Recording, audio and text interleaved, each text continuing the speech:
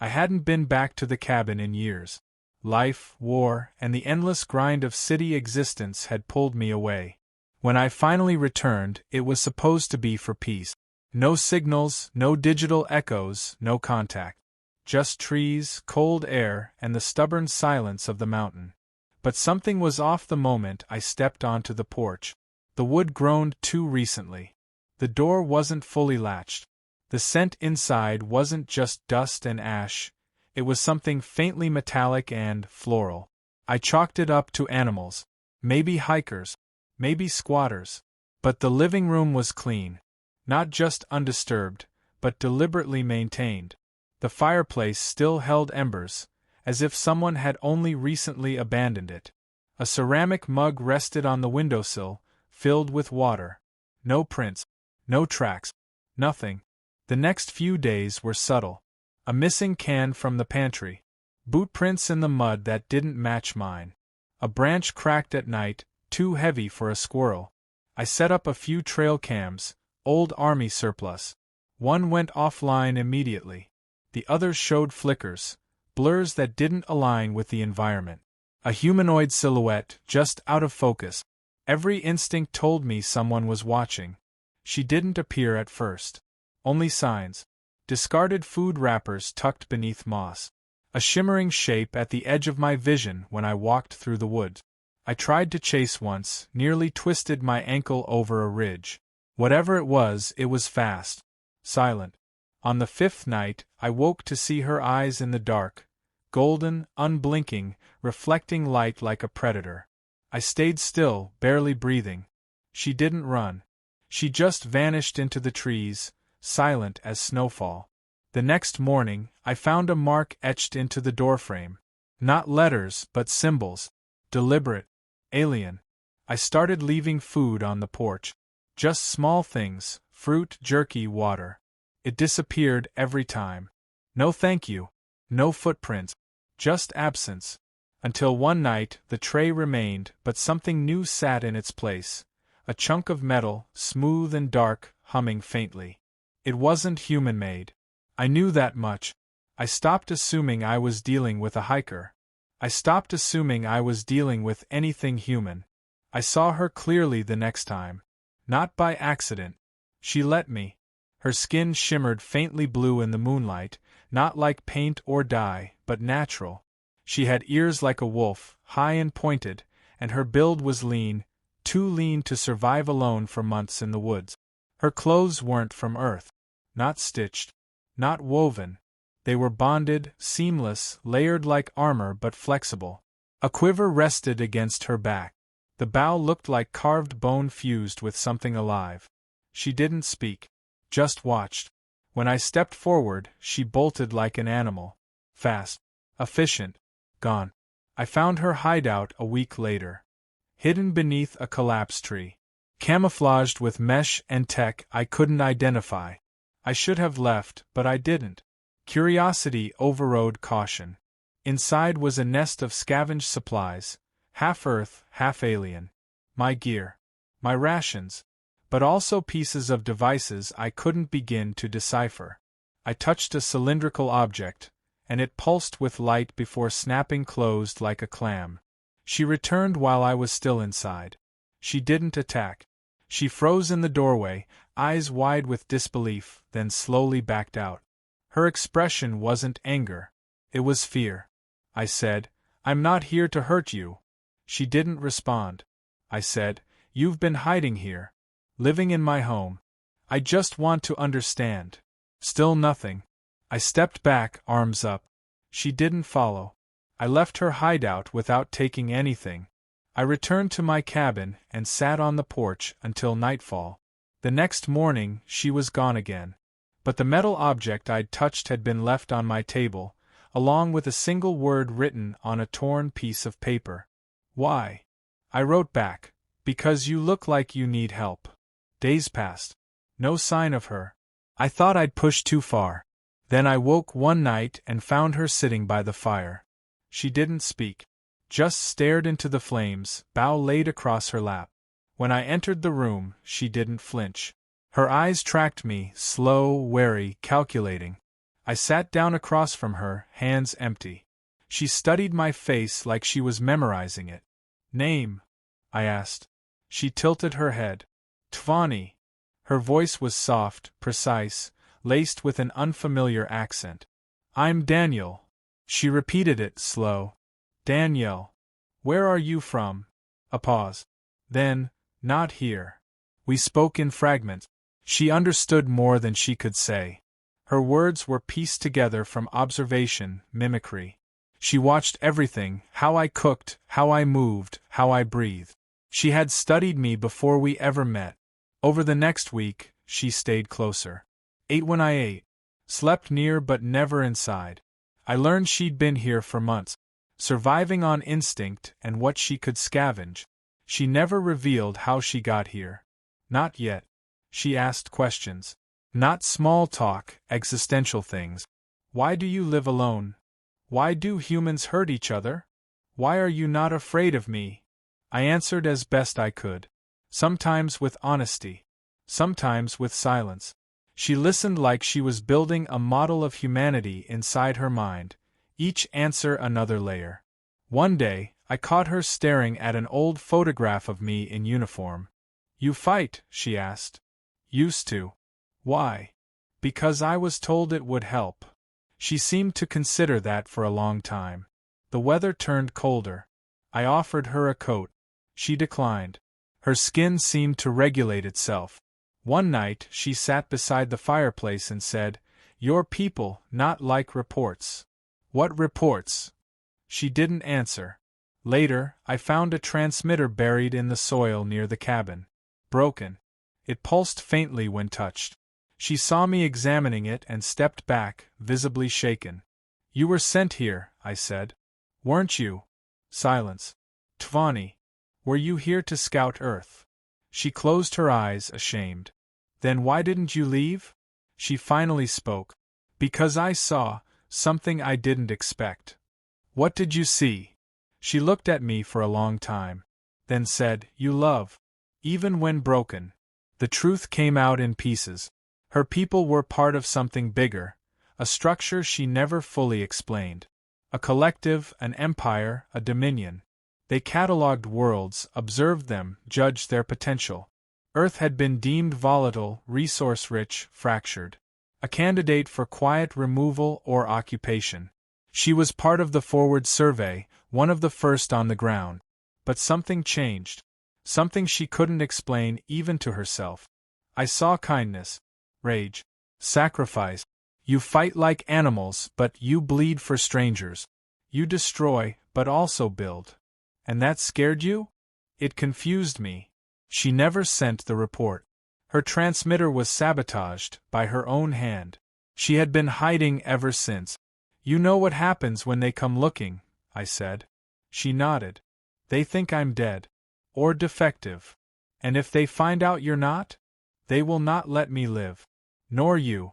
She asked if humans had weapons that could stop ships in orbit. I told her no. Not yet. She asked if we would fight anyway. I didn't need to answer. She already knew. That night, she left again. Vanished without a word. I assumed she was gone for good. I told myself it was better that way. But the next morning, I found her bow on the table. Beside it, another note. If they come, I will not run. I will stand. And I knew she meant it. That's when I started to prepare. The snow came early that year. Thick, wet, and heavy, coating the woods like a burial shroud. I hadn't seen her in 3 days. The firewood stack had vanished, but I didn't hear a sound. She moved like a breath between trees, as if the forest had learned to make room for her. When she finally returned, she was wounded. Not bleeding, but limping. Burn marks curled along her ribs. Scorched armor. One eye swollen shut. She didn't speak when I opened the door. Just collapsed by the fire without a word. I didn't ask. I didn't need to. Something had found her. I treated the burns. She didn't wince. Her skin was tougher than human, but not invulnerable. The burns were clean, almost surgical. Not animal. Not wild. Something with targeting systems. Something precise. She lay silently for hours before whispering, "They sent a drone." "How many?" "One. Scout. It saw me before I killed it." I didn't question how. I only asked, "How long before they come again?" "Soon." We reinforced the perimeter. I pulled out everything I'd buried under the floorboards, tools from an older life, military sensors, crude jammers, a solar-powered field disruptor. She enhanced them. Her touch refined what I thought was obsolete. Together, we built a warning system strong enough to alert us if something blinked within half a mile. In those cold hours, she spoke more. She told me her name wasn't just Tvani. It was a designation, a fragment of something larger. Her people didn't name individuals. They named functions. Tvani meant Seeker Class Recon. A title, not an identity. She told me she'd learned the concept of self from humans. That individuality, choice, was forbidden in her hierarchy. But Earth had made her curious. She watched us through screens before landing. Our history, our broadcast, our wars and our songs. She said there was no consensus on what we were. To some in the galaxy, humans were primitives. To others, monsters. To most, a curiosity that burned too bright to approach. Her ship had been one of many, scattered across the solar system. Camouflaged. Silent. But her mission diverged the moment she entered atmosphere. There was chaos. Fires. Bombings. Cities dying. But in the middle of it, a woman shielded a child she didn't know. Took a bullet for him. No one made her do it. She paused, voice cracking. That was not in the reports. I asked what she saw Earth as now. She looked me dead in the eyes. Unstable. Brutal. Terrifying. And worth saving. The storm didn't let up for days. We stayed inside. She slept in the loft now. Closer to warmth. Closer to trust. She showed me her tech, a small orb that mapped terrain in real time, a knife that adjusted its density to the target, a neural beacon that synced thought to movement. I showed her my weapons, simple, lethal, primitive. She said it made sense. Your species evolved from apex survivors. Everything in you is adaptation. We underestimated that. One night, she woke screaming. Her mind was linked to something. I didn't understand it all, but the gist was simple. The fleet knew. Not just that she was alive, but where. Her presence had triggered a dormant locator when she interfaced with the drone. She collapsed into herself, whispering, "I doomed you." I told her she didn't. I told her Earth wasn't a quiet rock anymore. That if the stars wanted to test us, they'd get their answer. She looked at me like she wanted to believe it. But fear lingered in her voice. "You don't know what they are. You don't know what they've done. Then tell me." And she did. Her empire stretched across hundreds of systems. Not by conquest, but by inevitability. They infiltrated first. Observed. Calculated. Then they made their offer, compliance or collapse. Most chose compliance. Those who didn't vanished under orbital fire. They didn't shout. They didn't scream. They just erased. Earth was flagged as unstable. Too chaotic to be trusted. Too unpredictable to be absorbed. But valuable. Rich in biology. Resources. Genetic variation. All markers that made us a target. But they waited. Because humans did something no other species did. We recorded everything. Publicly. Loudly. Emotionally. And in that data they saw flashes of genius. Flashes of madness. And they couldn't understand which part would rise. So they sent scouts. Like her. And when one didn't return, protocol was simple. Investigate, then purge. She had defied that. Hidden from it.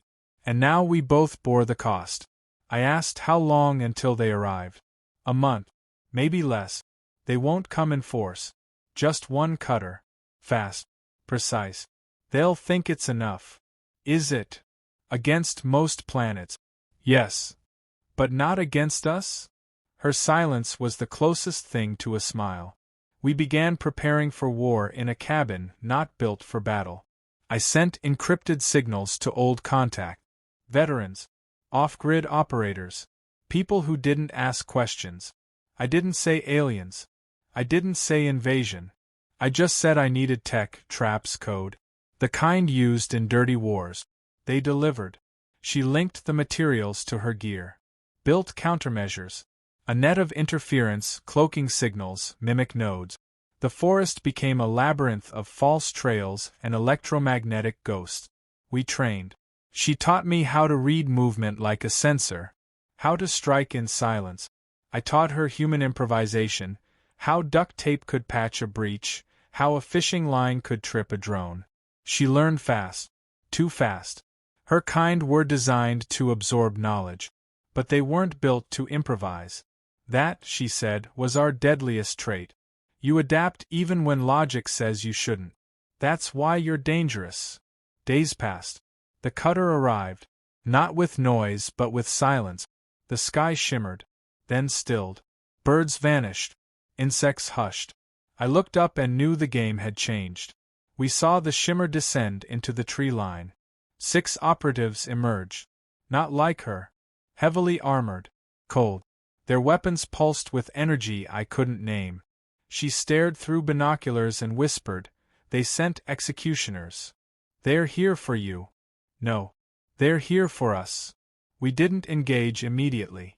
We let them walk. Let them map. Let them underestimate. Every path they walked was logged. Every hesitation noted. I watched them set up a perimeter. They didn't hide. They didn't need to. On the 3rd night we made our move. Not to attack, but to test. A misfired branch triggered a proximity mine. The blast didn't harm them, but it told them someone was watching. They responded with orbital scans. Our systems fried.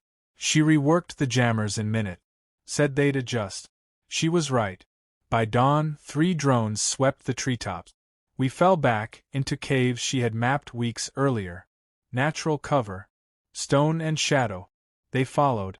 But I had set the cave to collapse. 1 trigger. 1 boom. 2 gone. 4 left. Their commander adapted.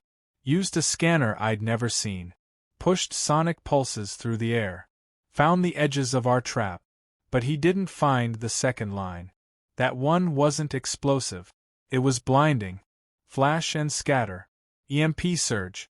My rifle barked. Her bow hissed. 2 more down. The last 2 retreated. She didn't chase. They'll call the ship, she said. It'll burn the forest if we don't act. I asked what we needed to do. She said, we take the ship. I laughed. She didn't. They had left a landing craft. Cloaked. Small, but traceable. We moved fast. I covered.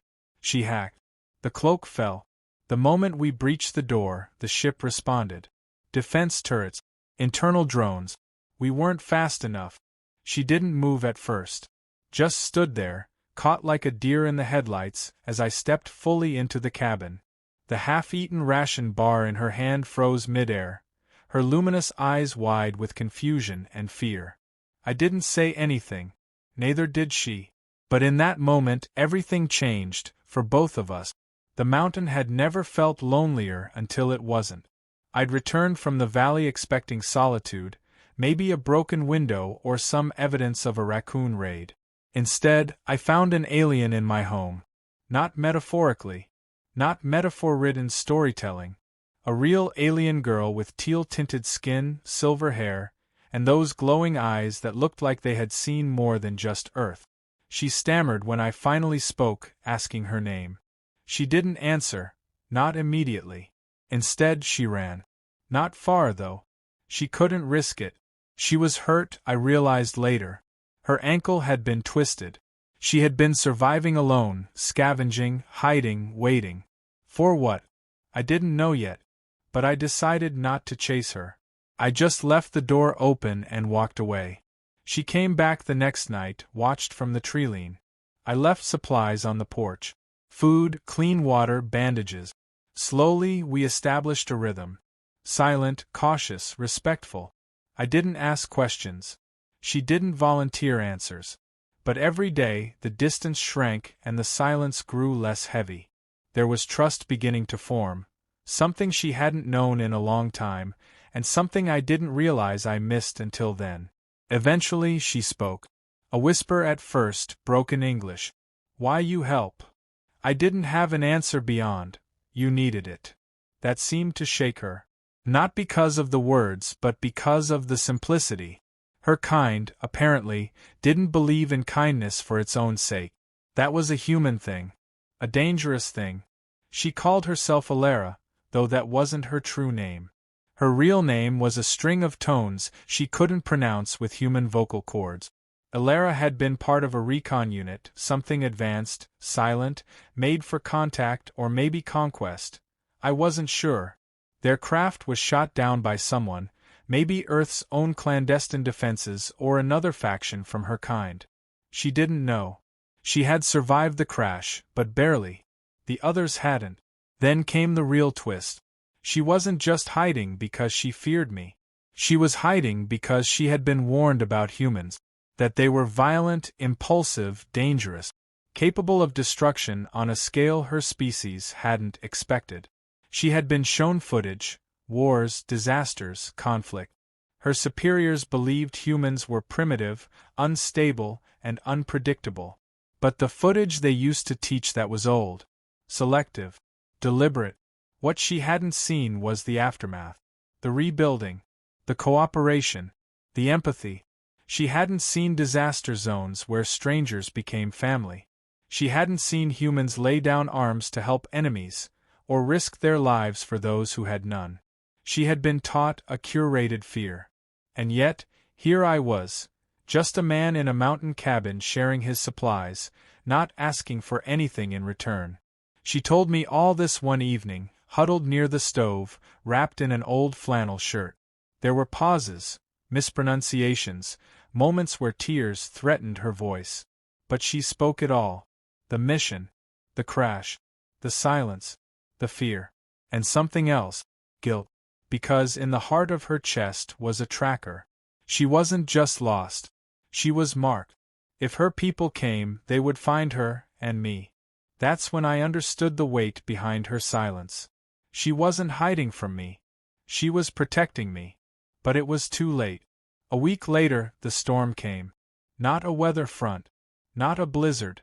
A ship. Silent, black, with no lights. It appeared over the tree line without sound. She saw it first. Her face went pale, and she whispered, "They found me." I offered to run with her. Hide deeper in the mountain range.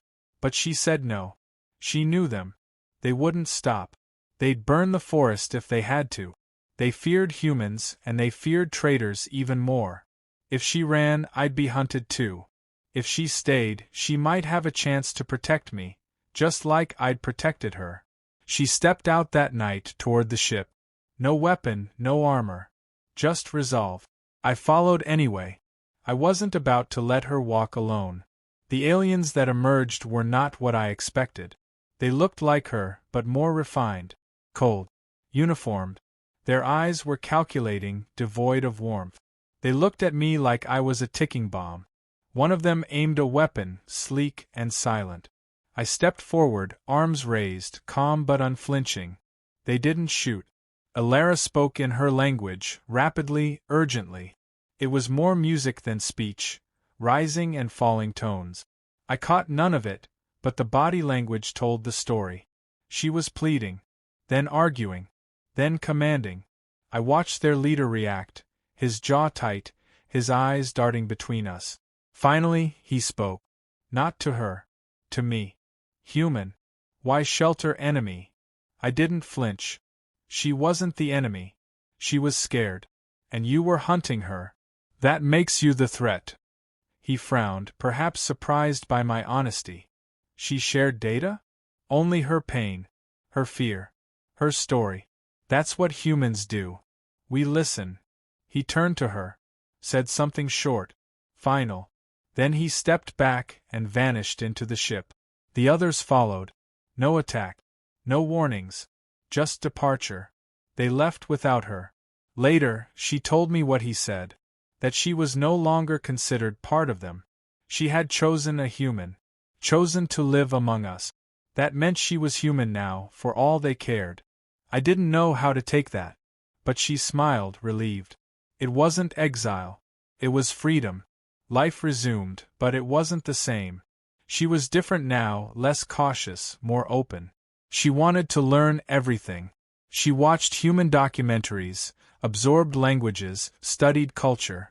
She devoured everything from classic novels to pizza. Especially pizza. I helped her build a new identity. One that wouldn't raise flags. No hospitals. No government systems. Just an alias, a face, and silence. The mountain cabin became our base. She learned to fish, to shoot, to hike. And she learned humor, human sarcasm, puns, terrible jokes. She got good at it too. But there was more. She started writing. In her hybrid language, a strange mix of alien grammar and human syntax. She was documenting everything. For someone. For someday. A record of what truly happened. Of what a human did when faced with the unknown. Eventually, the world began to change. More sightings. More whispers. The government admitted things, slowly, carefully. Humanity wasn't alone. It never had been. And when the time came for official contact, they came back. Not her people, but others. Peaceful. Curious. Willing. They asked for ambassadors. She volunteered. Not because she owed them anything, but because she had seen both sides now. She had lived the fear.